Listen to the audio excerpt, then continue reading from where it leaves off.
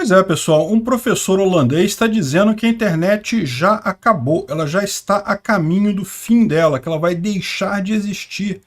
Será mesmo? Vamos entender esse assunto aqui, qual que é o argumento dele, e será que isso tem alguma coisa de verdade nisso daí, né? Vamos entender o argumento dele aqui. Essa notícia foi sugerida por ANCAP do Xandaquistão, Gostosão ANCAP e várias outras pessoas. Obrigado aí ao pessoal que sugeriu a notícia, obrigado a você que está assistindo o nosso vídeo. Se você gosta do nosso conteúdo, por favor, deixe o seu like e se inscreva aqui no canal, né? Pois bem, olha só, o professor Dr. Geert Lovink, ele criou um livro escrito A Extinção da Internet, né? O título é Extinção da Internet. E ele conta justamente, dá para ver que claramente ele está muito chateado com o tweet do Elon Musk, mas ele está falando sobre a internet de forma geral, né? E ele fala alguns argumentos aqui, que é o seguinte: no final das contas, Big Techs dominaram tanto a internet que você, na verdade, não usa mais a internet, é elas que determinam o que está sendo usado, né? Tem um outro argumento parecido com esse que eu já vi em alguns lugares, que é, hoje em dia, o tráfego de robôs na internet é tão grande que já é maior do que o tráfego de humanos. Então, na verdade, você está interagindo a maior parte das vezes com robôs e com os humanos que você efetivamente interage na internet são muito menores. E que isso deve piorar muito com a inteligência artificial, porque hoje você consegue distinguir uma pessoa quando você conversa com ela de um robô, né? E com os robôs tendo inteligência artificial, isso pode ser que fique cada vez mais difícil você distinguir uma pessoa de um robô, e você vai acabar conversando, tendo um monte de amigos robôs por aí, e no final das contas você está vivendo numa bolha que só tem você, não tem mais ninguém, você só está falando com robôs no final das contas. Esse é uma visão que ele coloca aqui, né, que as Big Techs, elas têm interesse em usar a sua vontade, usar o seu tempo.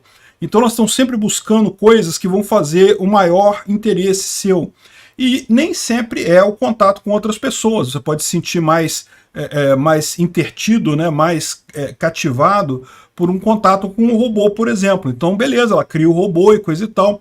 Então, esse é o futuro que ele está vendo da internet, que vai ficar uma coisa tão imprestável em termos de lixo, de robôs, de informações falsas e coisa e tal, que ninguém vai querer usar mais a internet, né? Bom, eu acho que o cara claramente aqui é esquerdista, tá? Ele tem aquela ideia de que opiniões têm consequências e coisa e tal, e que você não pode ter a opinião que você quiser, você tem que ter opiniões certificadas pelo Estado dentro do que os acadêmicos acham que são opiniões válidas. Você não pode ter qualquer opinião que você queira, né? Senão tem consequências isso, né? Enfim, eu discordo desse tipo de coisa. Eu acho que opinião todo mundo pode ter. Agir em cima dessa opinião é outra história. Ter a opinião você pode. O que você não pode necessariamente é usar isso, externar essa opinião sua no contato com outras pessoas, né? E aí ele coloca também aquela questão de que muitos jovens já sofrem de problemas por verem pessoas muito bonitas na internet, e aí eles olham para eles mesmos e não veem essa beleza toda. Enfim, isso é um problema, mas assim, esse não é um problema novo, tá? Esse é um problema que sempre existiu. Todo jovem tem uma dificuldade de se encaixar no mundo, né? de se colocar no mundo dos adultos, de começar realmente a agir no mundo. Não é uma coisa fácil. Não, eu concordo, a internet não torna isso mais fácil, porque ela acaba criando padrões que são excepcionais. Se você é um garoto que fez o ensino médio numa cidade, você conhece as meninas e os meninos daquela cidade, você tem um grau de beleza ali, certamente tem pessoas muito bonitas, outras nem tanto, mas é um grupo relativamente, né, não tem ninguém excepcional. Quando você entra na internet, você vê pessoas, modelos, pessoas riquíssimas, belíssimas e não sei o que lá, que é difícil a pessoa, né, achar que pode se comparar naquilo ali. Mas a verdade é a seguinte, todo mundo supera isso, supera justamente na medida que você percebe que o relacionamento é muito mais importante do que o atributo físico da outra pessoa ou o seu próprio atributo físico. E isso também é a resposta para o resto que ele fala aqui, né? E ele fala também outra coisa aqui, que é o controle social que está aumentando, né? Por exemplo, que as pessoas estão divulgando cada vez menos as suas opiniões por medo de censura na internet, por medo de ser cancelado. E você já tem casos em que a China, por exemplo, que você não pode embarcar num trem se tiver a opinião errada. O caso da China, eu acho que é um erro, isso aqui não deveria ser assim, né? E enfim, eu espero que tenha maneiras de você fugir disso daí. Existem maneiras de você fugir disso daí. A internet ela tem justamente as ferramentas de privacidade para você fugir desse tipo de coisa. Mas ele tem razão. Hoje em dia, as informações, a maior parte das informações são abertas, justamente porque ainda não tem esse controle muito grande. No momento que você começa a ter esse controle muito grande, naturalmente as pessoas buscam ferramentas de privacidade para evitar serem rastreadas pelo governo, né? E daí ele coloca assim, não, porque essa coisa pode parecer muito pouco provável. O cara é Roussetti também, tá? Aqui, ó. Há um ano atrás, a perspectiva de ficar sem gás era inimaginável, e, no entanto, essa é agora a possibilidade dada a distinta situação com a Rússia. Não, meu filho, não tem problema nenhum de gás, não. A Rússia é só um fornecedor de gás. Não vai acabar o gás no mundo. Da mesma forma, a internet não vai acabar. Eu concordo que tem esses argumentos de que a internet está cada vez mais automatizada, cada vez mais tráfego de robô e coisa e tal, do que realmente pessoas interagindo, mas o meu ponto aqui é justamente esse. O que o humano valoriza, no final das contas, depois de tudo, é a interação com outro humano. Então, o robô pode simular isso durante um tempo? Pode simular isso durante um tempo, é verdade, mas não vai substituir a interação com uma pessoa de verdade, né?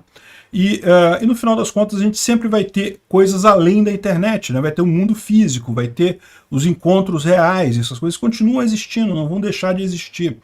Então eu não acho não, eu acho que a informação descentralizada e distribuída ela tende a passar por um processo de aprendizado que realmente está acontecendo nesse momento. A gente vê as pessoas aprendendo a lidar com coisas na internet, aprendendo a lidar com fake news, por exemplo, com preconceitos, com coisas ruins, mas a tendência é que as pessoas aprendam isso, e a cada geração que passe, esses aprendizados se tornem mais solidificados e as pessoas não tenham dificuldade com isso.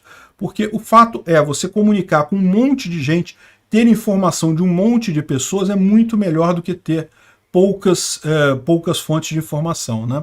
Que é exatamente o contrário do que é essa outra matéria aqui do MyBest, que estabelece critérios para dizer quais são os melhores sites de notícia. E faz a conta que diz para você, não, você tem que ver notícia no G1, tá? É G1 primeiro, depois é o UOL, ó, UOL e esquerdista pra caramba, que G1 é o número 1, o UOL é o número 2, a R7 é o número 3, e por aí vai. Só mídia mainstream, meu amigo. Oh, lógico. Os caras querem replicar na internet o modelo deles de hierarquia centralizada de informação, né? Não, você tem que prestar atenção nisso daqui. E veja, eu não tenho problema nenhum de usar notícias desses sites, porque de fato eles têm notícias confiáveis, né? Você saber se aquela notícia existiu ou não é bem confiável ali. Agora, a questão toda é, cada vez mais o que você tem na internet não é o fato em si. O fato é gratuito. O fato você encontra em qualquer lugar. No Twitter passa 200 vezes o fato. O problema todo é justamente a questão da interpretação do fato, entender o que aquele fato significa no seu mundo, né? E aí você vai ter a sua opinião direcionada de acordo com o que você pensa. É por isso que vale a pena você ter um canal como o meu, por exemplo, em que eu coloco as notícias do ponto de vista libertário. Você pode gostar, pode não gostar. Se você está aqui só pela notícia, ó, você está perdendo um pouco de tempo, não vou te enganar não. Você pode assistir o G1 lá, vai estar a notícia mais rapidinha lá, você já pega a notícia e pronto.